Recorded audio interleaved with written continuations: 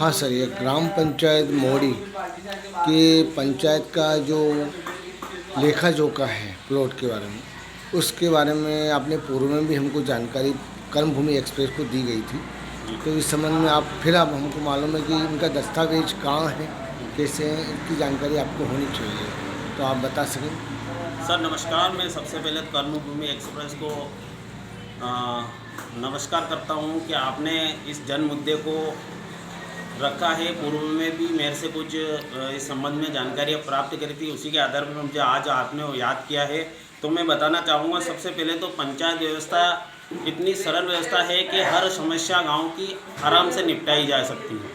पर जब किसी अधिकारी का प्रभार सौंपते समय या छोड़ते समय हमेशा चार्जशीट और पंचनामा बनना जरूरी है, ताकि उसका लेखा जोखा या उसके कार्यकाल में किए हुए कार्यों का समस्त जानकारी वो चार्जशीट में दर्ज हो सके और जब भी उसकी ज़रूरत लगे उसके माध्यम से हर समस्या का समाधान किया जा सकता है।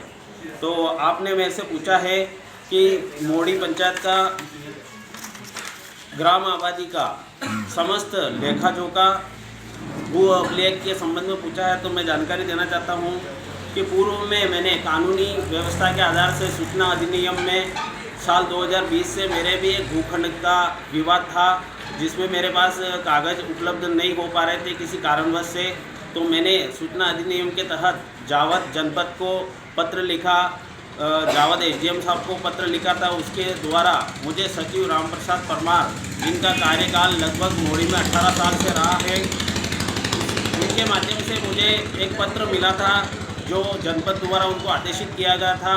उसमें समस्त जानकारी पत्र के माध्यम से मुझे बताई गई है कि ग्राम पंचायत मोड़ी में किसी जमीन भूखंड विवाद हुआ था। उसमें सिविल न्यायालय द्वारा समस्त रिकॉर्ड, जिसमें पट्टा बुक, प्रस्तावित रजिस्टर, उपस्थिति पंजी, नक्शा, लेआउट, सारी लेखा जोखा मोड़ी पंचायत का सिविल न्यायालय जावद द्वारा जमा किया गया है। ऐसी जानकारी के समस्त दस्तावेज मेरे पास उपलब्ध हैं और मैं चाहूँगा कि ऐसी समस्या आगे नहीं आए पंचायतों में। इसके लिए समस्त पंचायतों में व्यवस्था बनाएं, ताकि इस प्रकार से होने वाले प्रकरणों में तत्काल निराकरण प्राप्त किया जाता है। और पंचायत में ऐसी व्यवस्था होनी चाहिए कि जिस प्रकार से एक वार्ड का मेंबर होता है, उस वार्ड में किसी प्रकार की समस्या होती है तो उस वार्ड पंच को भी उसकी जानकारी होनी चाहिए। इसके अलावा अलग अलग वर्ग के 4-5 लोगों को पंच के आधार से उनसे लेखी कार्यकारिणी जानकारी लेनी चाहिए। उसके माध्यम से भी हम वास्तविक जानकारी प्राप्त करके उचित निराकरण हर समस्या पर पंचायत के माध्यम से किया जा सकता है। और ऐसी व्यवस्था के लिए मैं माननीय कलेक्टर महोदय नीमच से भी मांग करूंगा कि हर पंचायत के अंदर लेखा जोखा और प्रभार छोड़ते समय हर अधिकारी का चार्जशीट और पंचनामा होना जरूरी है। और लेखा जोखा के बारे में अगर कोई व्यक्ति आवेदन करता है तो उसको तत्काल उसकी जानकारी उस आवेदक को प्राप्त हो जानी चाहिए, ताकि हर समस्या बड़ी तब बनती है जब उसका उचित समय पर निराकरण नहीं होता है।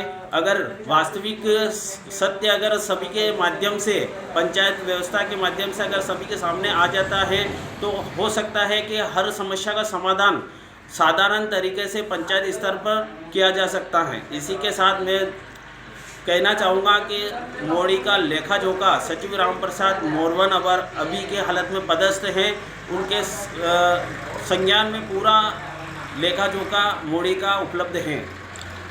मतलब ये जो भी बताया जा रहा है कि वर्तमान सचिव द्वारा कि जो भी पुराने दस्तावेज हैं वे हमें नहीं मिले हैं, ये हो सकता है वास्तविक सत्य घटना हो सकती है, क्योंकि लक्ष्मीनारायण जी द्वारा 2012 में जब प्रभार सौंपा गया था, उस समय लक्ष्मीनारायण धाकड़ को प्रभार ग्रहण करके मोड़ी पदस्थ हुए थे। उस समय भी उनके पास चार्जशीट और पंचनामा नहीं होने के कारण से मुझे भी बहुत समय से गुमराह किया गया था।